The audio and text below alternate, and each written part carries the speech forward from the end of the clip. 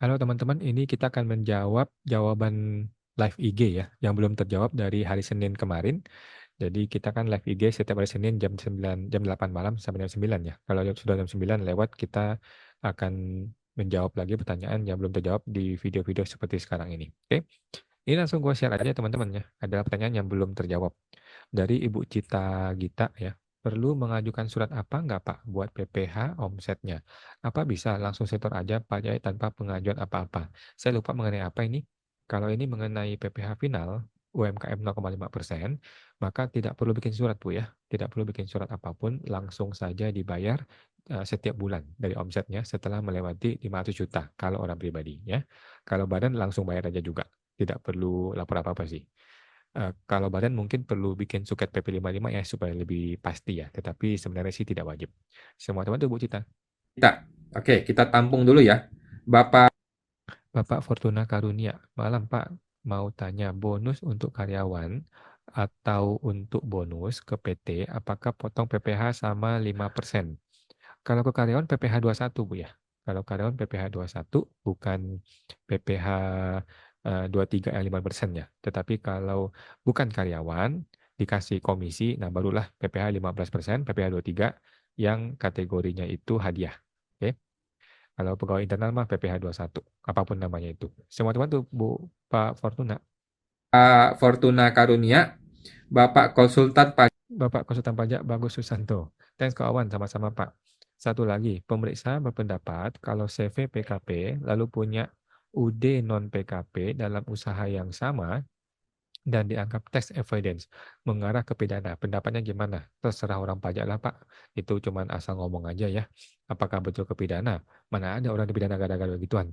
Itu cuman persepsi aja, cuman asumsi aja sih Pak ya. Saya rasa tidak akan terjadi pidana gara-gara hal seperti itu ya. Ya sudah Pak, cuekin aja Pak. Itu harusnya tidak ada masalah ya. Yang penting ada pemisahan dari hulu ke hilir ya. Semua teman tuh Pak Bagus Susanto.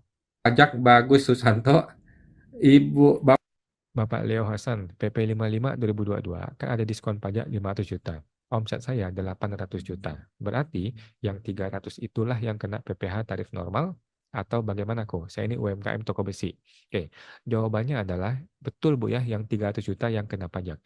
Yang kena adalah yang PPh 0,5%. Jadi 300 jutanya dikalikan 0,5%. PPh-nya final ya, bukan PPh progresif ya, tetapi PPh UMKM 0,5%. Itu bagi yang masih bisa pakai PP55 yang UMKM final yang 7 tahun, teman-teman ya. Semua teman tuh Pak Leo Hasan. Leo Hasan, kemudian Bapak Ibu Hesti 2645. Kok perumahan free PPN fakturnya pakai 970 benar tidak? 970. Maksud Bapak 070 ya, Ibu ya. Setahu saya iya betul. Setahu saya tetap mesti bikin dua faktur deh. Satu yang dibebaskan, satu yang kena gitu deh. Coba ini ngomong ke KPP atau di email ke informasi@pajak.go.id supaya memastikan ya. Karena ini prosedurnya harus jelas. Kalau dilanggar prosedurnya maka kena PPN kita tanggung. Jadi harus jelas prosedurnya. Setahu saya iya 070. Coba cek ke informasi pajak atau ke AR langsung ya. Semua tuan tuh Bu Hesti. Ibu Hesti 2645, kemudian Ibu Hesti lagi 2645, kemudian Bapak Leo. Kok 800 juta peredaran bruto? Yes ya, 800 juta itu berarti 500 juta tidak kena pajak, yang 300 kena 0,5%. Bapak Leo Hasan, kemudian Ibu Ibu Yuna Krismadita, pembayaran kontraktor itu bertahap kok, tidak langsung di muka. Pada saat kapan kita kenakan PPh 2%-nya? Terima kasih. Saya rasa bertahap aja deh. Setiap kali ibu bayar, ibu potong, gitu ya. Setiap kali bayar, ibu potong. Jadi berdasarkan cash basis. Setahu saya gitu. Kalau mau potong di depan juga boleh, tapi biasanya orang nggak mau. Jadi ketika bayar, potong, bayar, potong, bayar, potong. Oke, semua teman tuh Bu Yuna. Yuna Krismadita, kemudian Ibu Ibu Rilin Dia Putri. Kalau kita terbitkan faktur PPN sewa 11%, apakah kita juga perlu bayar PPh final 0,5% dari nilai sewa tersebut, Pak? Terima kasih. Oke, kalau ini bentuknya adalah sewa tanah dan atau bangunan, maka PPh-nya adalah PPh 10% ya, 10% PPh sewa final. Kalau ini bukan sewa tanah bangunan, melainkan sewa mobil, maka bisa pakai 0,5% atau menggunakan PPh badan atau PPh orang pribadi progresif. Ini mesti dicek lagi nih, apakah qualified atau tidak qualified PPh final 0,5%-nya. Kalau qualified, maka bisa pakai 0,5% ya, di luar PPN. Sudah betul. Semua terbantu, Bu Dilin. Bu Rilin Dia Putri. Oke, mohon maaf teman-teman ya. Kemudian Pak Dimas Dianto, Pak Awan mau tanya, Suket PP 23 2018, PPh final 0,5%, perusahaan sudah mau berakhir.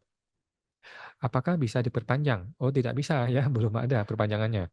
Jika tidak, peraturan pajak baru apa yang berlaku? Yang berlaku adalah peraturan yang sebelumnya, Pak ya, yaitu PPh umum. Yaitu kalau badan kena PPh badan 22%, kalau orang pribadi kena PPh orang pribadi progresif, yang 5, 15, 25, 30%.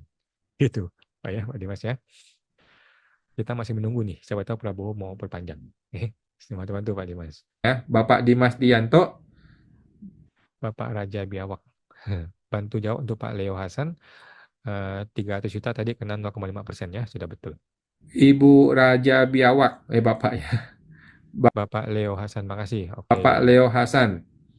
Bapak Bapak Raja Biawak, Raja aman. Biawak. Oke. Bapak Syarif Kiai, malam kok. Ada customer yang PPN-nya sudah dia setor, tapi dia tidak mau menyerahkan NPWP sama NIK-nya dengan alasan tidak mau berurusan dengan pajak. Pertanyaannya, apa dampaknya ke PT kami? Dampaknya adalah yang pertama, Bapak tidak bisa buka faktur, ya kan? Bapak tidak bisa buka faktur kalau tidak punya NIK NPWP orang. Kita tidak bisa lagi buka 000, udah nggak bisa. Jadi kita wajib punya NIK NPWP. Jadi dampak pertama adalah kita tidak bisa buka faktur sehingga kita harus menggunggung. Kalau kita gunggung, maka kita kena denda PPN 1%. Jadi masalahnya kita kena 1%. Solusinya adalah kenakan kepada customer. Suruh customer bayar tambah 1%, bilang ini untuk denda pajak, bukan untuk saya, gitu ya. Tetapi ke depannya coba pelan-pelan edukasi, Pak ya. Udah nggak zaman orang kalau tidak mau urusan sama pajak, nggak bisa. Kalau lu pedagang, lu usaha, ya lu harus berurusan dengan pajak. Itu sudah sewajarnya ya. Teman-teman tuh Pak Sari Kiai. Bapak Syarif Kiai. Bapak Onawai, untuk fee ke orang pribadi, apakah kita potong pajak langsung atau bayar sendiri? Jawabannya adalah potong ya, pihak yang ngasih siapa nih? Kalau yang ngasih orang pribadi ke pribadi ya nggak usah potong pajak, suruh dia bayar sendiri. Tetapi yang ngasih adalah badan. Kalau badan kasih ke orang pribadi, maka perlu potong PPh 23 yang 15% atau PPh 21. Nah, tinggal pilih mana yang lebih oke. Tapi lebih enak yang lebih gede ya.